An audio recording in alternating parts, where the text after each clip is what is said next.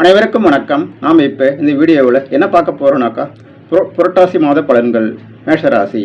நம்ம சேனலை முதன் முறையாக பார்க்குறவங்களா இருந்தீங்கன்னாக்கா சேனலை சப்ஸ்கிரைப் பண்ணிவிடுங்க. சரி, வாங்க வீடியோக்குள்ளே போகலாம். அதாவது செப்டம்பர் 17 முதல் அக்டோபர் 16 வரை இந்த காலகட்டம் தான் உங்களுக்கு புரட்டாசி மாத பலன்களாக இருக்கும். முதல்ல உங்களுடைய மேஷராசிக்கு இந்த மாதத்தில் கிரக நிலைகள் எப்படி இருக்குன்னு நாம் பார்த்துடலாம். அதாவது உங்கள் ராசிக்கு 3ஆம் இடத்தில் குரு, 5ஆம் இடத்தில் சுக்கிரன் கேது, 6ஆம் இடத்தில் சூரியன் புதன், 7ஆம் இடத்தில் செவ்வாய், 11ஆம் இடத்தில் சனி ராகு. இதுதான் இந்த மாதத்தில் இருக்கக்கூடிய கிரக நிலைகள். இந்த கிரக நிலைகள் உங்களுடைய மேஷராசிக்கு எப்படிப்பட்ட பலன்களை அளிக்க இருக்குன்னு நாம் பார்த்துடலாம். உங்கள் ராசிக்கு 3ஆம் இடத்தில் குரு பகவான் இருப்பது என்பது நல்ல பரவாயில்ல என்கிற மாதிரி தான் இருக்குது. அதாவது காரிய வெற்றிலாம் இந்த காலகட்டத்தில் இருக்கும். காரிய தடை அந்த அளவுக்கு இருக்காது. இது வந்து குருவுக்கு லேசான மறைவு ஸ்தானம் தான். இருந்தாலும் கூட காரிய தடை அந்த அளவுக்கு இருக்காது. படிக்கிற பசங்க, அதாவது ஆரம்ப கல்வி படிப்பாங்கள்ல, ஆரம்ப கல்வி படிக்கிற பசங்க நல்லா படிப்பாங்க. அதெல்லாம் நல்லாயிருக்கும். உங்களுக்கு உங்களுடைய இளைய சகோதரர்களுக்குமான உறவு நிலை, அதாவது ரிலேஷன்ஷிப், அந்த ரிலேஷன்ஷிப் நல்லாயிருக்கும். இந்த காலகட்டத்தில் உங்களுக்கு காரிய தடையில் அந்த அளவுக்கு ஒன்றும் இருக்காது, நல்லா தான் இருக்கும். அதனால் உங்களுடைய 3ஆம் இடம் பரவாயில்ல என்கிற மாதிரி இருக்குது. புரியுதுங்களா? சரி, ஓகே. அடுத்து உங்கள் ராசிக்கு 5ஆம் இடத்தில் சுக்கிரன் கேது. இது எப்படி இருக்குனாக்கா ஃபினான்சியலாக உங்களுக்கு எந்தவித பிரச்சனையும் ஏற்படாது. அது பண வரவு இருந்துக்கினே இருக்கும். ஃபினான்சியலாக உங்களுக்கு எந்தவித பிரச்சனையும் இருக்காது. தன வரவு இருந்துனே இருக்கும். புரியுதுங்களா? அப்புறம் பூர்வீக சொத்து சம்பந்தமான பிரச்சனைகள்லாம் அந்த அளவுக்கு ஒன்றும் பெருசாக ஒன்றும் தலை தூக்காது. ஆனால் வந்து கொஞ்சம் தாமதம் ஆகும். அதாவது வந்து ஏன்னா கேது வந்து சுக்கிரன் கூட கேது இருப்பதனால வந்து என்ன கொஞ்சம் தடை ஏற்படும். அதாவது அந்த விஷயத்தில் பூர்வீக சொத்து சம்பந்தமான விஷயங்களில் அந்த விஷயம் ஸ்லோவாக மெதுவாக தாமதம் ஏற்பட்டு அதுக்கு பிறகு அந்த காரியம் வந்து ஸ்லோவாக மெதுவாக நகர்ந்து அதுக்கு பிறகு வெற்றி ஆகிற மாதிரி இருக்கும்.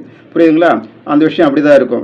ஏன்னா ஆனால் உங்களுக்கு வந்து ஃபினான்சியல் ஸ்டேட்டஸ் நல்லா இருக்குது. அதாவது உங்களுக்கு இந்த காலகட்டத்தில் பண வரவு நல்லா தான் இருக்குது உங்களுக்கு.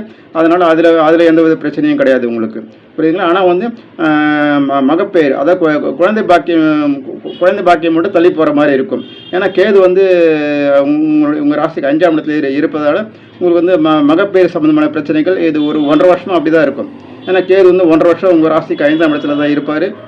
ஸோ இந்த பிரச்சனையால் கேது உங்கள் ராசிக்கு 5ஆம் இடத்துல இருக்கிறதுனால மகப்பேறு சம்மந்தமான விஷயங்கள்லாம் கொஞ்சம் தள்ளி போகிற மாதிரி இருக்கும்.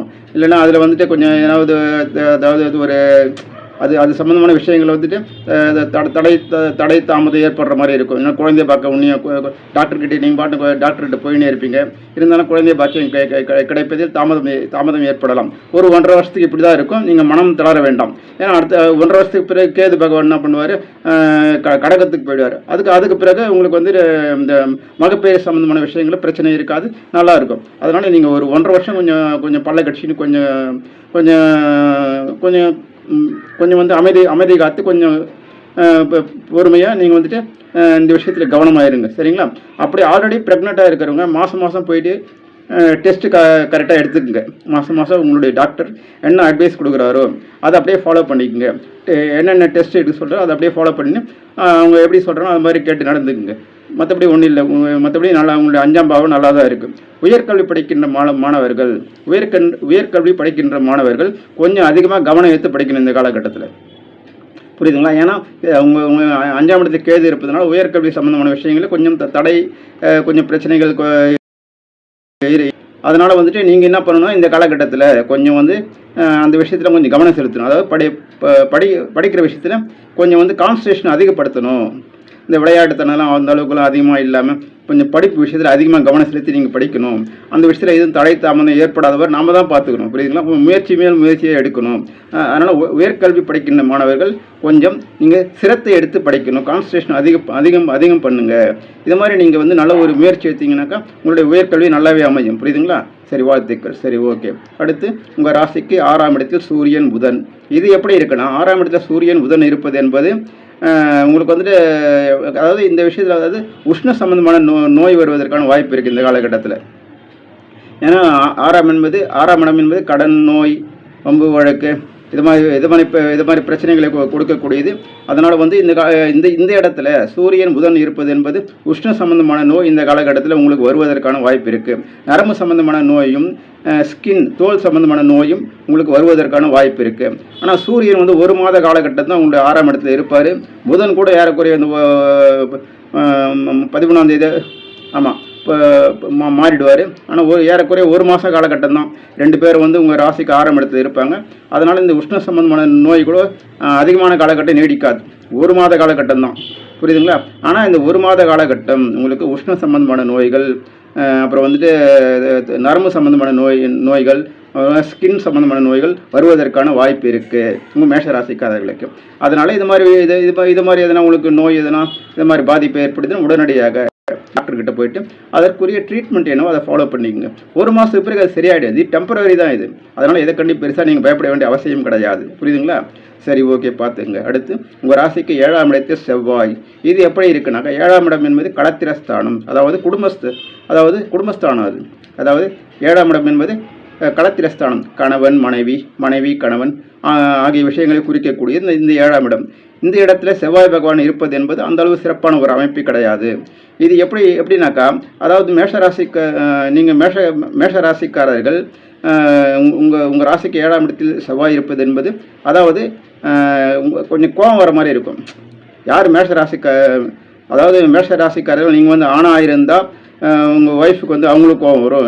நீங்கள் மேஷராசிக்காரங்க நீங்கள் பெண்ணாக இருந்தால் உங்களுடைய கணவருக்கு அவருக்கு கோபம் வரும் சில நேரத்தில். புரியுதுங்களா? நல்லா கேட்டுங்க. நீங்கள் வந்து மேஷராசிக்காரராக இருக்கீங்க. நீங்கள் வந்து ஒரு ஆண் வச்சிங்க. உங்களுடைய ஒய்ஃப் வந்து இந்த காலகட்டத்தில் உங்கள்கிட்ட கொஞ்சம் கோபமாக பேசுகிற மாதிரி பேசுவாங்க. நீங்கள் மேஷராசிக்காரர் நீங்கள் பெண்ணாக இருந்தீங்கன்னா உங்களுடைய கணவர் இந்த காலகட்டத்தில் கொஞ்சம் கோபமாக பேசுகிற மாதிரி பேசுவார். புரியுதுங்களா? அதனால் இந்த கொஞ்சம் ஒரு 2 மாதம் நீங்கள் கொஞ்சம் அட்ஜஸ்ட் பண்ணி போகணும். புரியுது? குடும்பத்தில் பிரச்சனை எதுவும் ஏற்படாத மாதிரி, புரியுதுங்களா? ஏன்னா இது வந்து களத்திரஸ்தானத்தில் செவ்வாய் இருப்பது என்பது கொஞ்சம் வந்து வேகத்தை தூண்டி விடுற மாதிரி, செவ்வாய் வந்து கோபத்தை தூண்டி விடுற மாதிரி பண்ணுவார். புரியுதுங்களா? அதனால் களத்திரஸ்தானத்தில் செவ்வாய் பகவான் இருக்கும் காலகட்டம் வரை நீங்கள் குடும்பத்தில் கொஞ்சம் விட்டு கொடுத்து போங்க. மேஷராசிக்காரர்கள் நல்லா கேட்டுங்க. மேஷராசிக்காரர்கள் குடும்பத்தில் விட்டு கொடுத்து போங்க, புரியுதுங்களா? ஏன்னா இந்த காலகட்டத்தில் கொஞ்சம் இப்போ வீட்டில் கொஞ்சம் சண்டை சச்சரவுகள் பிரச்சனை ஏற்படுவதற்கான வாய்ப்பு இருக்குது. ஆனால் இது பெருமளவு நீடிக்காது. ஏறக்குறை ஒரு 2 மாதம் அப்படி இருந்துட்டு அது பாட்டு போயிடும், புரியுதுங்களா? அதனால் இதை கண்டு நீங்கள் பெருமளவு பயப்பட வேண்டிய அவசியம் கிடையாது, புரியுதுங்களா? நல்லா ஒரு கோவில்களுக்கெல்லாம் போங்க, புரியுதுங்களா? ஆன்மீகத்தை ஃபாலோ பண்ணுங்கள். இது மாதிரி நல்ல விஷயங்களை ஃபாலோ பண்ணிங்கன்னா இது வந்து அந்தளவு ஒரு பிரச்சனையாகவே தெரியாது. ஏன்னா இது மாதிரி நல்ல விஷயங்களை கோவில்களுக்கெல்லாம் போனீங்கன்னா மனசு அமைதியாகும். அந்த வந்து உங்களுக்கு வந்துட்டு எல்லாம் நல்லாயிருக்கும், புரியுதுங்களா? அந்தளவுக்கு வந்துட்டு ஒரு பிரச்சனை பெருசாக தெரியாது. அது இல்லாமல் இது கோச்சாரம் தான், 10 அல்லது 15% தான் பாதிக்கும். அதனால் இதை கண்டு நீங்கள் வந்து பெருசாக வந்து பயப்பட வேண்டிய அவசியமும் கிடையாது. ஆனால் பாதிக்கும் நீங்கள் கேர்லெஸ்ஸாக இருந்தால் தான், புரியுதுங்களா? அதனால் கொஞ்சம் அவர் மேஷராசிக்காரர் நீங்கள் வந்துட்டு உங்களுடைய அவர் வந்து கொஞ்சம் கோபமாக பேசுகிறாரா, இல்லை அவங்க வந்து கொஞ்சம் கோபமாக பேசுகிறாங்களா, கொஞ்சம் அந்த காலகட்டத்தில் கொஞ்சம் விட்டு கொடுத்து போங்க குடும்பத்துக்காக, புரியுதுங்களா? ஒரு 2 மாதம் அதுக்கு பிறகு இப்போ ப்ராப்ளம் சால்வ் ஆகிடும், புரியுதுங்களா? ஸோ இப்படி தான் இருக்குது. சரி, ஓகே. அடுத்து உங்கள் ராசிக்கு 11ஆம் இடத்தில் சனி ராகு. இது எப்படி இருக்குனாக்கா, லாபஸ்தானத்தில் சனி ராகு இருப்பது நல்ல விஷயம்தான். அது இல்லாமல் லாபஸ்தானத்தில் ராகு இருப்பது என்பது ரொம்ப ரொம்ப நல்ல விஷயம். இந்த காலகட்டத்தில் உங்களுக்கு வந்துட்டு இந்த காலகட்டத்தில் உங்களுடைய நல்ல ஒரு தன வருவாய், பொருளாதாரத்தில் முன்னேற்றம், தொழிலில் மரியாதை, தொழில் மூலம் நல்ல தன வருவாய். நீங்கள் பிஸ்னஸ் மேனாக இருந்தீங்கன்னாக்கா உங்களுக்கு பிஸ்னஸ் மூலம் நல்ல ஒரு ஏற்றம், வருவாய், புரியுதுங்களா? நல்ல ஒரு மதிப்பு, தொழிலில் மதிப்பு. ஏன்னா ராகு 11ஆம் இடத்தில் இருப்பது என்பது நல்ல விஷயம்தான். சனியும் கூட இருக்கிறாரு.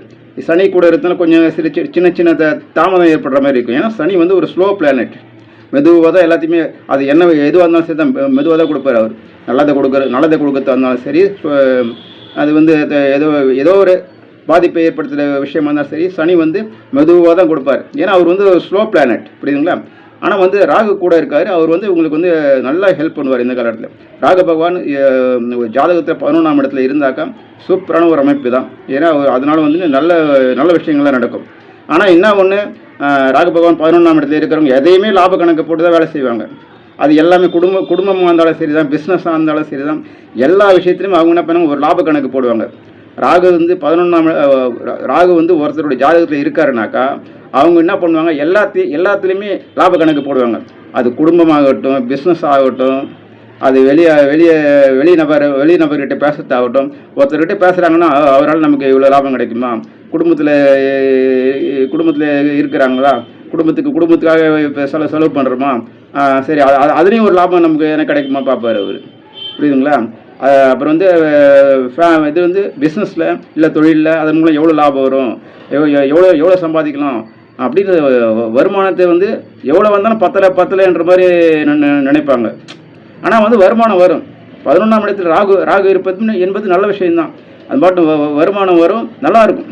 ஆனால் இப்போது இந்த காலகட்டத்தில் 11ஆம் இடத்தில் மேஷராசிக்கு ராகு பகவான் இருப்பது என்பது நல்ல விஷயம்தான். இதன் மூலம் நல்ல தன வருவாய், பொருளாதார முன்னேற்றம் இதெல்லாம் இருக்கும். ஆனால் சனி கூட இருந்தாலும் கொஞ்சம் லேசான ஒரு தடை தாமதம், கொஞ்சம் அங்கே அப்பப்போ தலை காட்டுற மாதிரி இருக்கும்.